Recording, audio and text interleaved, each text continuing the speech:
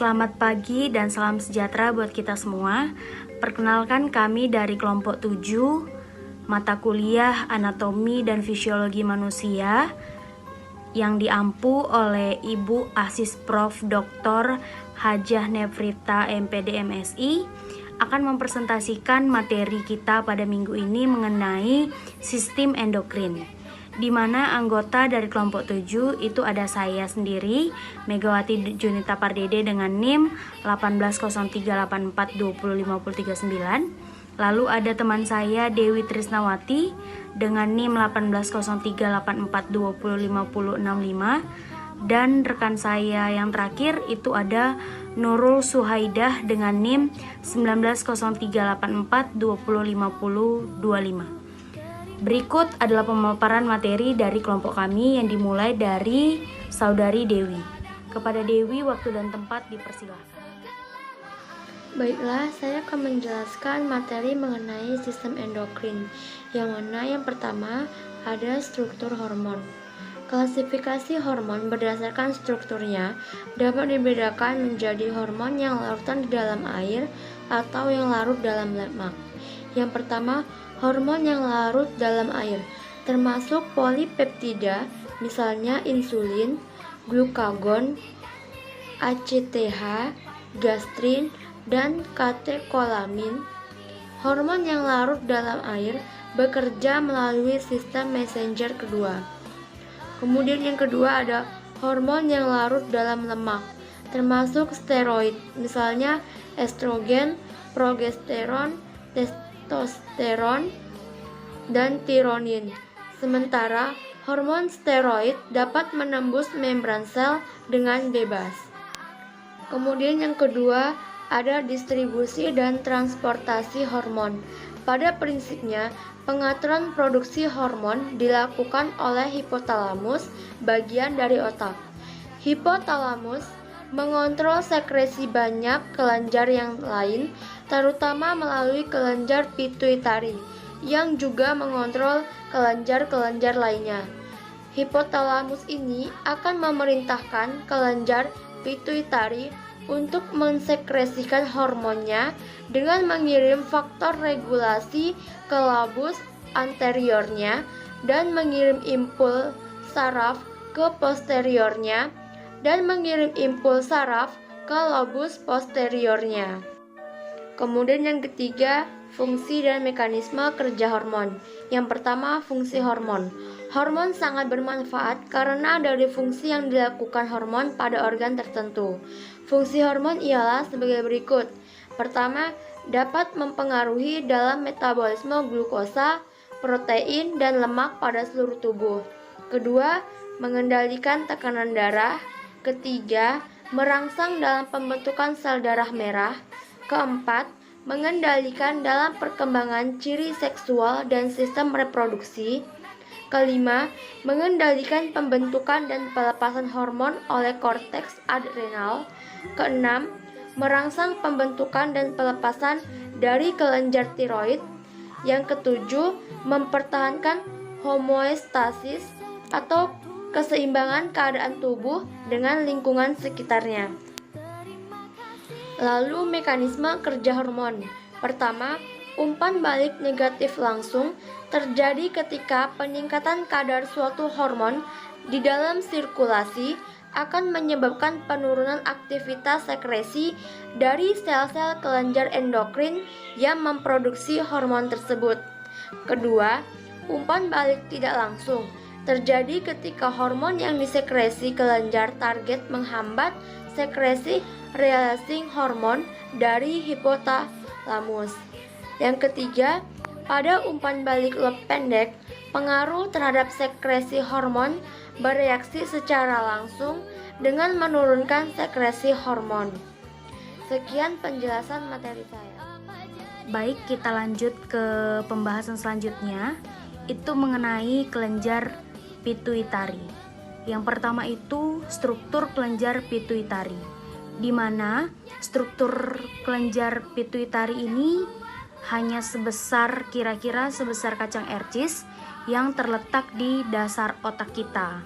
Lalu kelenjar ini berada dalam tulang sela tursika. Pada bagian atasnya ditutupi oleh lembaran durameter dan dihubungkan oleh hipotalamus oleh infundibulum hipofisis. Seperti gambar yang ada di bawah ini, di bagian belakang itu ada kelenjar pituitari, di mana kelenjar pituitari ini terbagi dua. Bagian depan disebut anterior dan bagian belakangnya disebut posterior. Dan di tengahnya itulah kelenjar pituitari dan di bagian atasnya tadi yang ditutupi oleh hipotalamus. Lalu seperti yang sudah saya jelaskan yang tadi, struktur yang ketiga ini adalah kelenjar pituitari ini terbagi menjadi dua lobus, yaitu lobus anterior dan lobus posterior.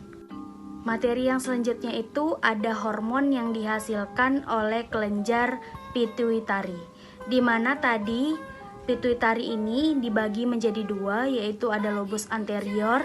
Itu hormon yang dihasilkan itu ada hormon pertumbuhan atau growth hormone, lalu ada hormon perangsang tiroid atau thyroid stimulating hormone, lalu ada hormon adrenocorticosin atau ACTH, ada hormon gonadotropin dan hormon prolaktin.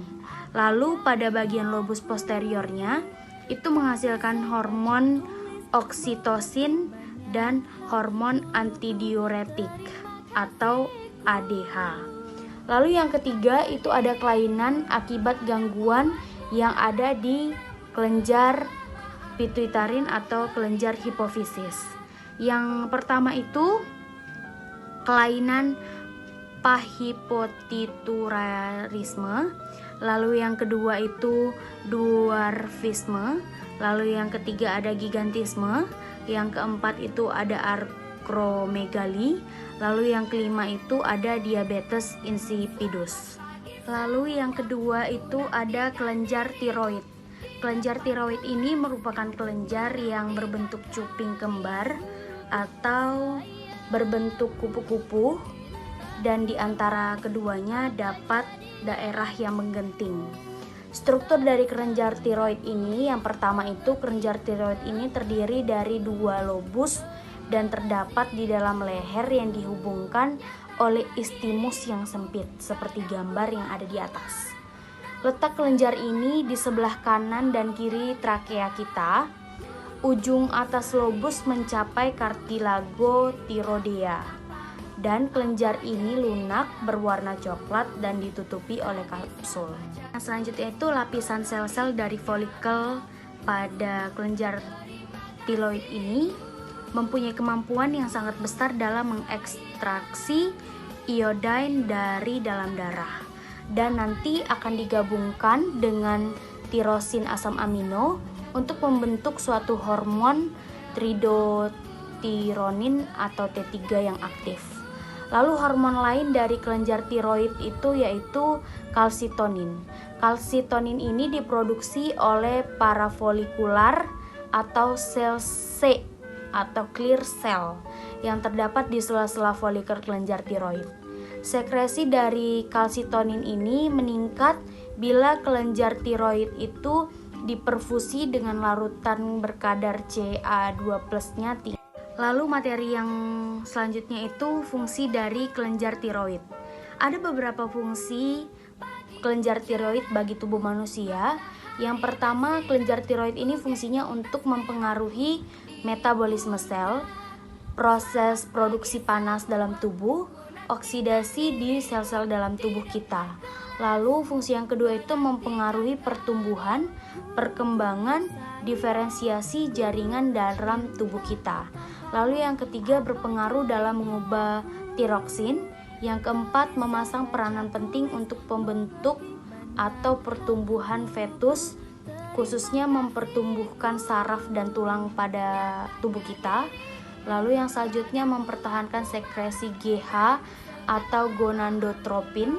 Lalu dalam kelenjar tiroid ini ada efek kronotropik atau inotropik yang efeknya itu ke jantung, yaitu untuk menambah kekuatan kontraksi otot dan menambah irama pada jantung manusia.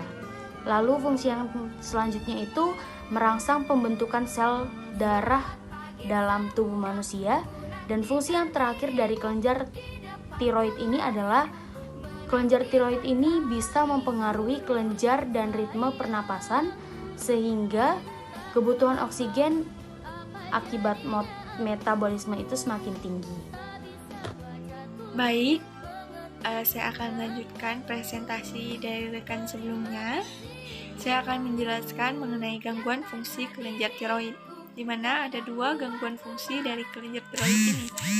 Yang pertama ada hipotiroidisme, di mana gangguan sistem tubuh kelenjar tiroid yang menghasilkan terlalu banyak hormon. Kedua, hipotiroidisme. Hipotiroidisme ini terjadi ketika kelenjar tiroid tidak memproduksi hormon yang cukup atau rendah. Kita lanjutkan ke kelenjar paratiroid. Nah, yang pertama ada struktur kelenjar paratiroid. Paratiroid ini apa sih? Dia ini merupakan 4 kelenjar yang berukuran seperti kacang polong yang letaknya bilateral, yaitu melekat di atas dan di bawah kelenjar tiroid. Kemudian, hormon kelenjar paratiroid ini ada hormon paratohormon atau PTH, di mana hormon paratohormon ini mengatur metabolisme kalsium dan fosfat dalam tubuh. Kedua, ginjal. Ginjal ini meningkatkan reabsorpsi tubulus ginjal terhadap kalsium. Yang kedua, tulang meningkatkan mobilisasi Ca dan P dari tulang ke dalam cairan ekstrasel. Kemudian saluran pencernaannya meningkat absorpsi Ca dan P di dalam usus. Yang kedua ada fungsi kelenjar paratiroid. Yang pertama yaitu memelihara konsentrasi ion kalsium yang tepat pada plasma. Yang kedua mengontrol ekskresi kalsium dan fosfat melalui ginjal yang mempunyai efek terhadap reabsorpsi hormon tubular dari kalsium dan sekresi fosfor. Yang ketiga ada mempercepat absorpsi kalsium di dalam usus. Yang terakhir, jika pemasukan kalsium berkurang, maka hormon paratiroid ini menstimulasi reabsorpsi tulang sehingga menambah kalsium dari dalam darah. Kita lanjut ya teman-teman ke cara kerja kelenjar paratiroid. Nah, kelenjar paratiroid ini diatur dan diawasi secara langsung oleh kelenjar hipofisis, di mana produksi PTH akan meningkat apabila kadar kalsium di dalam plasma menurun.